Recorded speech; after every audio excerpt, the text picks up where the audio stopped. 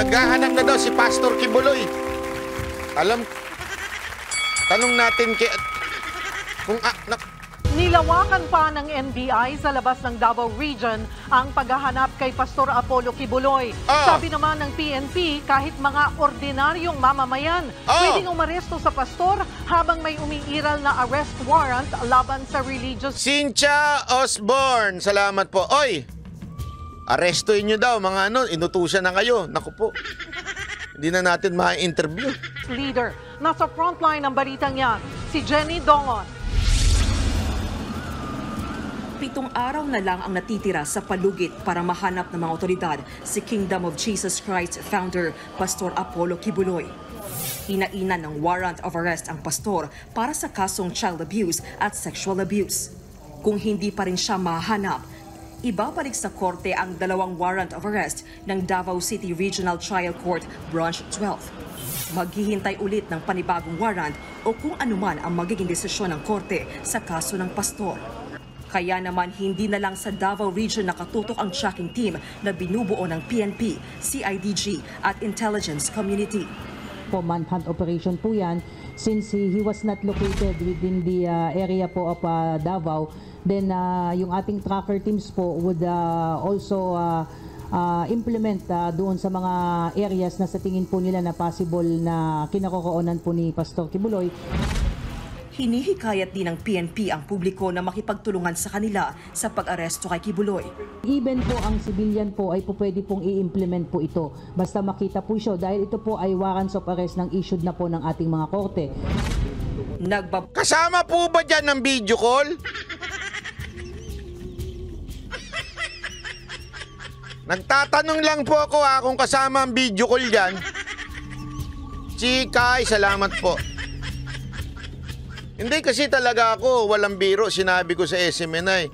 Ewan ko, siyempre sila naman ang doon. Wala naman akong contact kay Pastor Kibuloy. Sabi ko, baka naman pwedeng ma-interview si Pastor Kibuloy. Tapos i-video call namin. Grabe, no? Talagang nakapokus sila kay Pastor Kibuloy. Eto lang alam mo, yan ba ang gusto ng taong bayan na maayos ngayong panahon na ito? Ano ang gusto ng taong bayan? Hirap, gutom. Yan ang kanilang focus. Yan ang gustong masagot ng bawat Pilipino. Yung korupsyon. Ang laging focus ng gobyerno to, kung hindi panggigipit sa mga kalaban. Palari ng PNP sa sinumang nagkakanlong kay Kibuloy na posible rin silang managot sa batas. 3 araw nang pinupuntahan ng NBI. Alam nyo, may pagkalakihan si Kibuloy pagka kinanlong mo yun, ang bigat nun. Diba? Malamang siya nagkakanlong. Biro lang Pero magkakanlong siya? Hindi. Talay. Mga pulis ang pag-aari ni Kibuloy sa Davao at Samal Island. Maayos namang tinanggap ng mga abogado at ilang miyembro ng KOJC ang arrest warrant. Ayon sa korte, dapat personal... Abay, talaga naman. Maayos yan. Baka pinakain pa ng bupet yan Ang sarap ng pagkain dyan. Kailan kaya tayo, Boss Dada, makakabalik dyan sa Kingdom?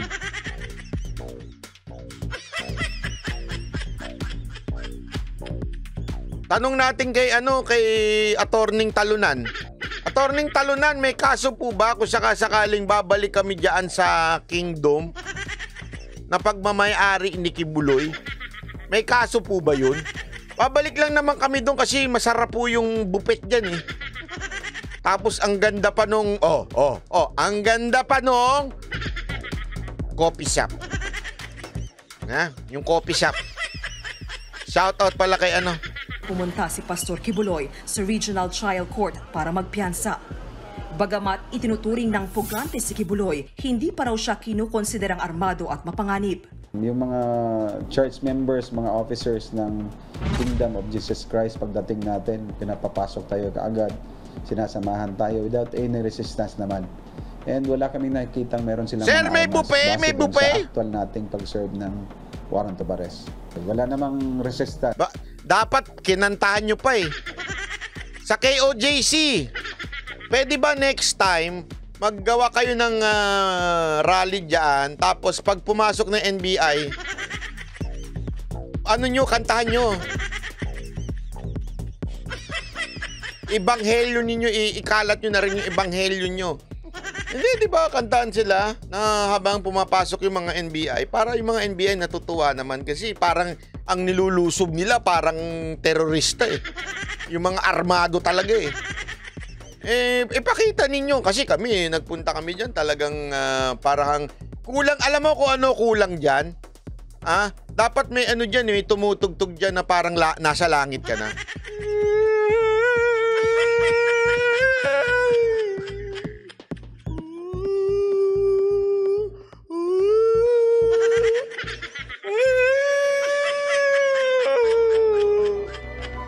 Hindi, totoo nga. Kasi ang ganda-ganda dyan eh. Yung lugar dyan, panalo talaga ho yung ambience dyan. Sobrang para kang hindi ito walang biro ito Hindi naman sa tayo Pero 'di ba pagka dinidescribe sa Biblia yung langit, parang ganoon yung itsura nung kasi ang aliwalas ng lugar, talagang mainit nga lang. Pag tanghali, syempre. Sa langit malamig siguro doon kasi may ulap. Hindi, joke lang. Totoo po, di ba? Na parang no? In fact, gusto nilang ipahalughog yung buong compound. But this compound were too big. Hindi natin kakayanin. Ano sabi? Sabi daw ng mga taga kay OJC, gusto nga nilang ipahalughog sa amin yung buong compound. Sabi na, hindi namin kaya. Sabi ng NBI, ang laki. Ang bira. Kami kinaya naming ikutin yan eh. Juhaw na nga ako nun eh. Pero may daladalang tubig yung mga staff doon. Hindi totoo, hinalughog namin yan hanggang kailalim-laliman, no? As in, init na ako. Bantakin mo, naka-Amerikana ako. Tapos nandun kami dun sa kailalim-laliman. Feeling ko nga yung mga taga kay AGC, tinatawanan ako eh. Si Banat ba, pa-Amerikana pa. Mantakin mo ang walang aircon doon. Siyempre, nasa basement na yun. Nandun na yung mga lahat ng anik-anik doon, ng mga kuryente.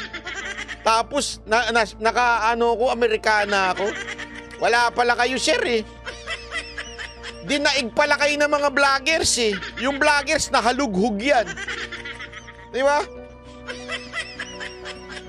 Dapat sinama si Ontiveros, siya na mismo naghanap. Kauna nang sumuko ang 5 kapwa-akusado ni Kibuloy sa kasong child abuse. Pero pansamantala sila nakalaya matapos magpiyansa. Tiniyak naman ng NBI ang kaligtasan ni Kibuloy oras na sumuko o maaresto. Pero di diretsahang masagot ng mga otoridad kung magagarantiya din nila ang kaligtasan ng pastor oras na FBI na sa Amerika ang makakuha sa kanya. Nasa listahan din kasi ang pastor sa most wanted ng US dahil sa mga kasong child sex trafficking. Nagbabalita mula sa Frontline, Jenny Dongon, News 5. Yan talaga yan eh. Malamang palit ulo yan. Bakit palit ulo? Malamang. Ako tansya ko lang Tansya ko lang. Opinyon ko lang naman to. Opinyon ko lang naman po na kaya ganito ka-agresibo ang gobyerno natin dito kay Pastor Kibuloy, aside from para maidikit kay Duterte, sa mga Duterte, di ba? Abangan nyo, meron lalabas na video. Sa Tuesday, abangan nyo, magugulat kayo. Sa Tuesday, abangan nyo. Hindi pwede dito, baka sabihin naman nila, nangunguna tayo. Sinasabihan ko na kayo ngayon, etong Tuesday ito sa SMNI, may lalabas na video. Baka magulantang kayo. Pero ito sa totoo lang ang dahilan baka ini-request ito ng Amerika sa kanila. Sige, kasi alam mo naman, ganun na ganun ang ating presidente sa Amerika ngayon. Talagang best friend sila. Baka ni-request na bigay niyo yung ulo ng ni Kibuloy sa amin, papalitan natin yan ng malupit na pabor, di ba? Hindi natin alam ba? Pero kasi may kinuwento si Pastor Kibuloy sa amin. Hindi ko lang sure kung malaya namin ikikwento, kaya hindi ko na ikikwento. Hindi naman po ako chismosong katulad ng ibang vlogger dyan. may kinuwento sa amin si Pastor Kibuloy noon kung bakit gustong-gusto siyang kunin ng Amerika at gustong-gusto siyang ikulong ng Amerika. Dahil kasama ho sa politika ng Amerika. Ganun kalupit. Mag-e-eleksyon na po sila. Medyo, naku, ayoko na lang magsalita. Alamin nyo na yun. Alam nyo na sigurado yun. Di ko na kailangan ispilingin. Malapit ng eleksyon ng Amerika, madaming pera si Kibuloy at may impluwensya siya kahit papaano sa mga botante ng Amerika. So lahat to kaya nga ginagawa na daw ng paraan na mahuli talaga siya. Hindi natin alam kung anong implication nun. Na baka naman hiningi talaga yung ulo niya ng Amerika. Kaya naku, nakakatakot talaga yan. Kasi mandakin mo buong puwersa ng gobyerno. Buong puwersa ng gobyerno nakapokus kay Kibuloy. Ano to?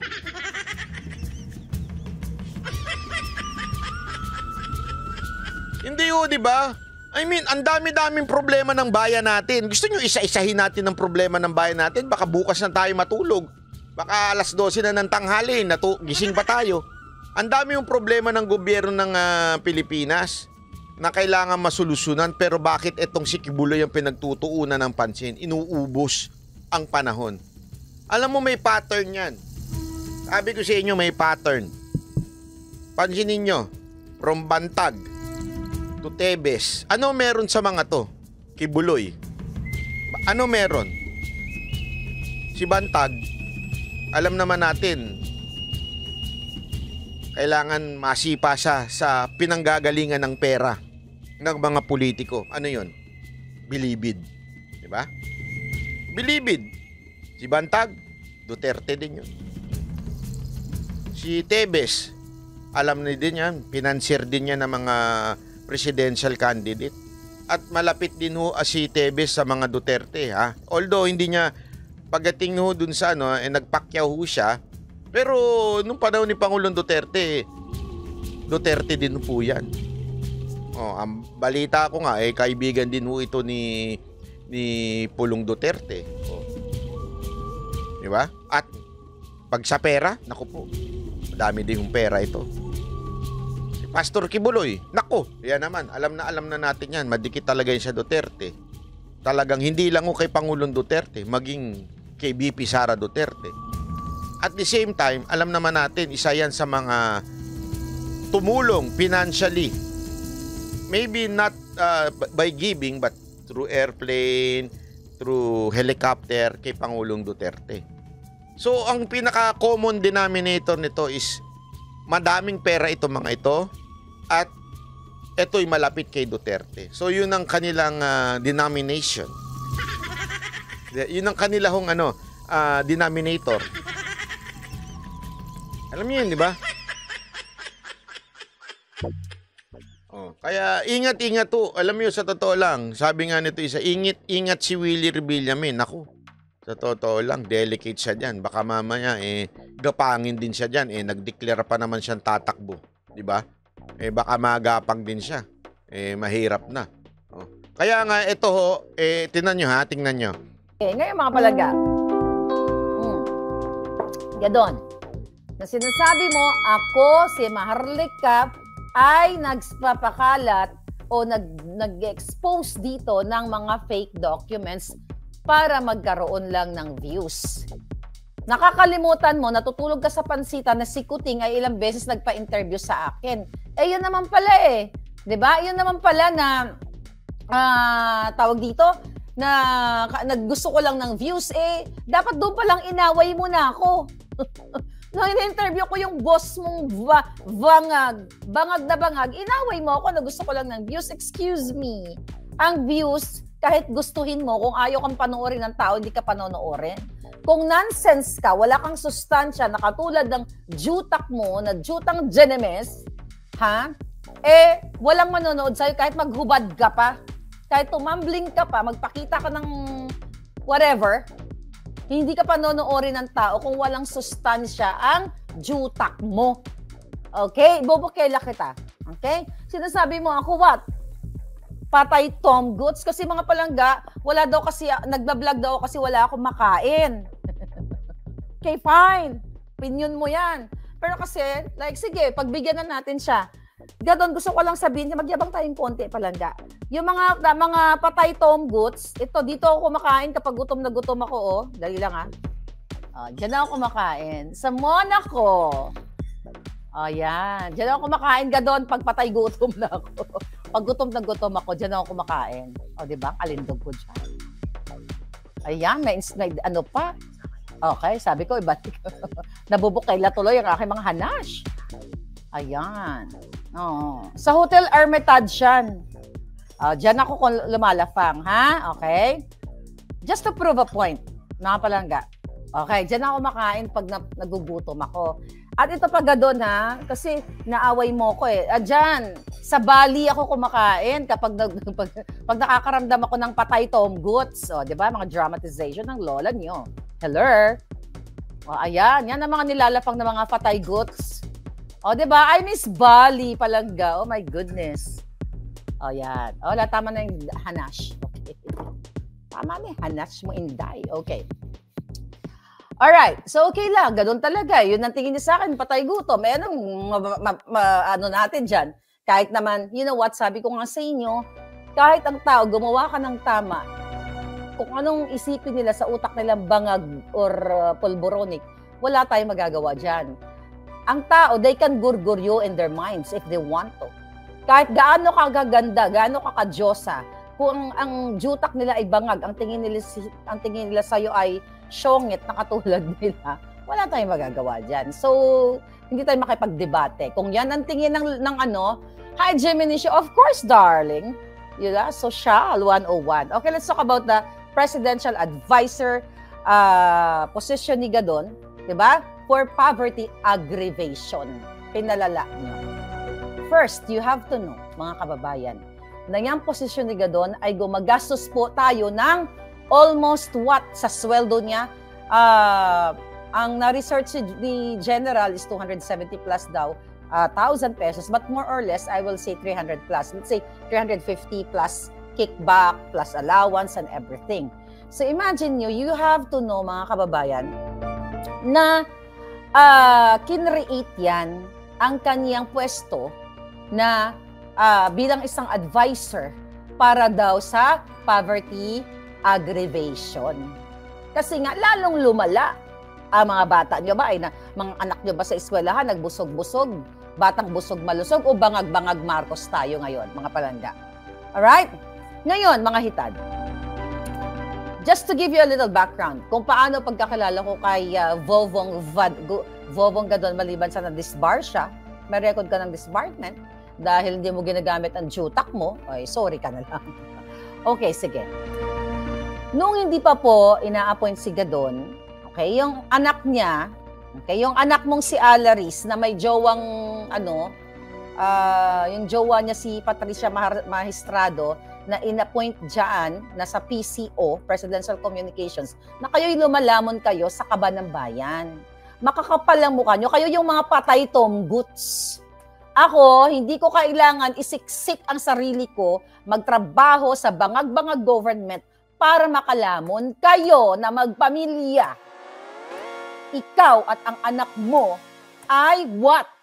Nakikipag-kiss us kay Lisa kahit ayaw kayong tanggapin noon. Political accommodation. Galit na galit nga ang anak mo noon dahil hindi ka pa ina-appoint last year. Gusto nyo nang magwala. Di ba pabalik-balik ka sa Malacanang? Ayaw ka sanang i-appoint kasi ayaw ni Lisa sa'yo. Dahil yung bunganga mo, masangsang katulad niya. Pareho kayong masangsang ang pagkatao niyo mula loob hanggang labas.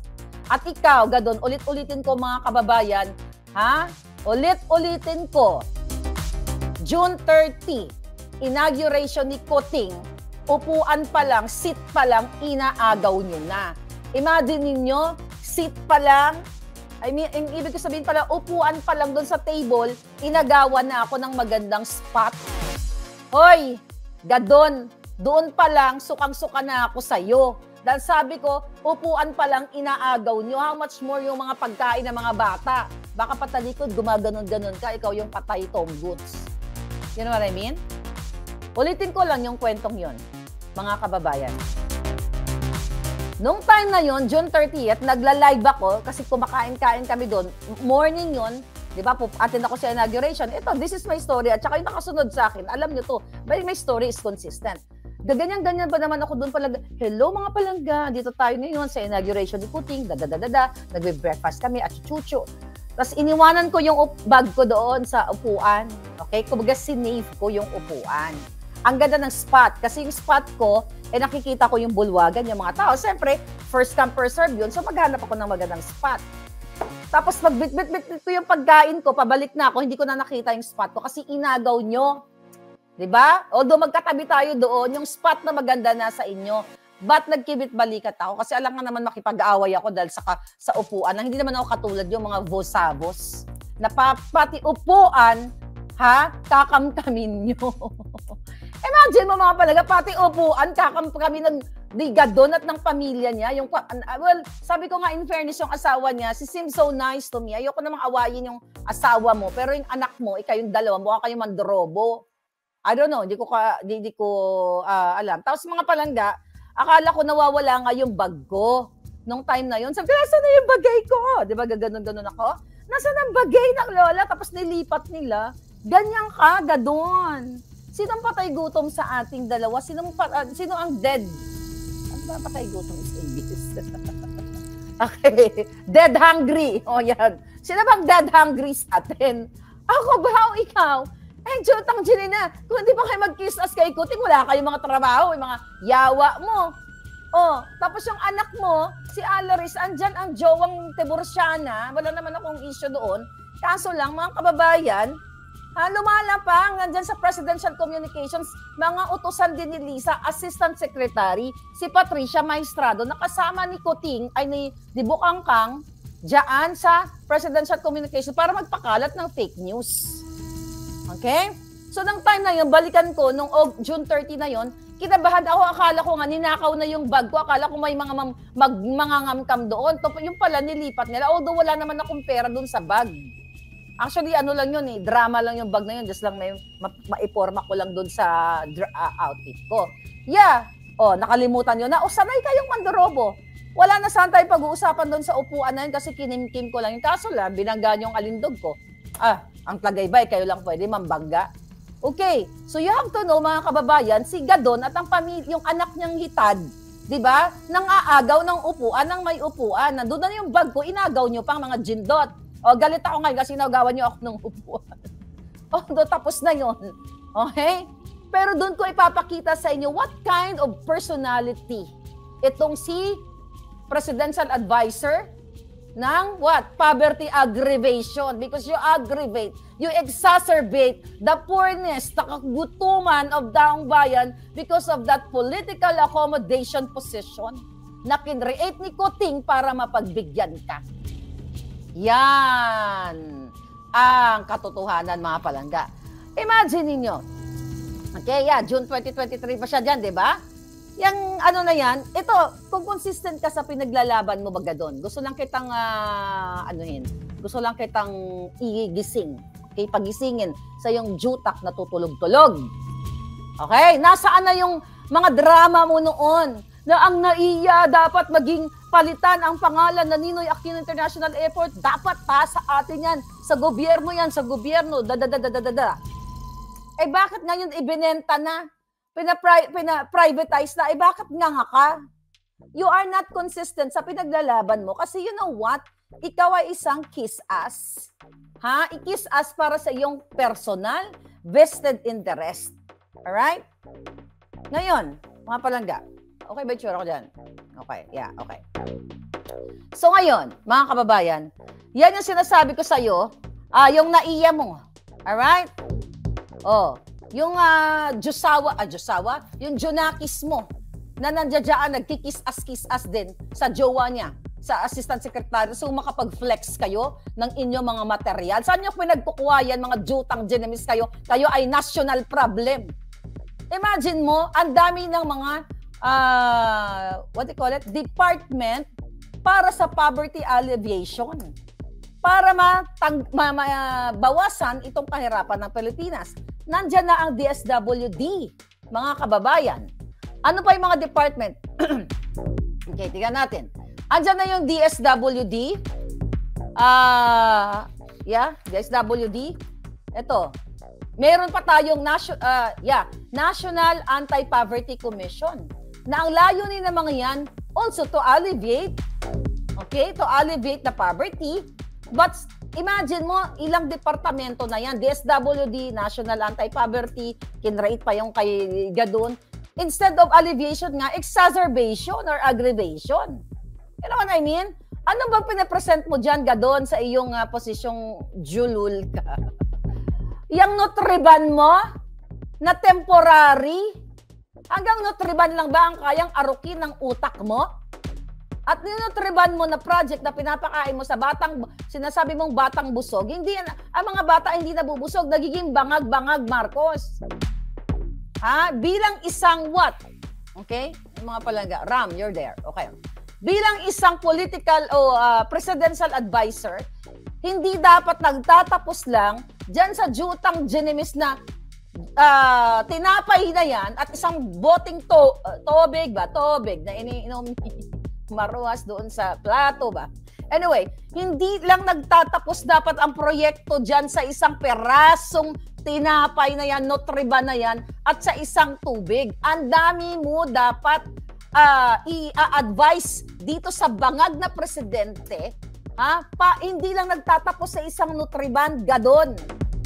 Bago ka makialam dyan sa pag-extend ng term limits sa charter change na sinusuportahan mo si Kuting at si Tambaluslos, unahin mo yung departamento mo. Yes, it's okay na mag-comment ka, mag-opinion ka.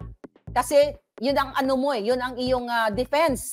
'Di ba na everybody, can give an opinion pagdating dito sa charter change. And you are right. Okay? Pero yung pakikipagsabuatan mo to extend the term limits, you're not right at all because you are tuta.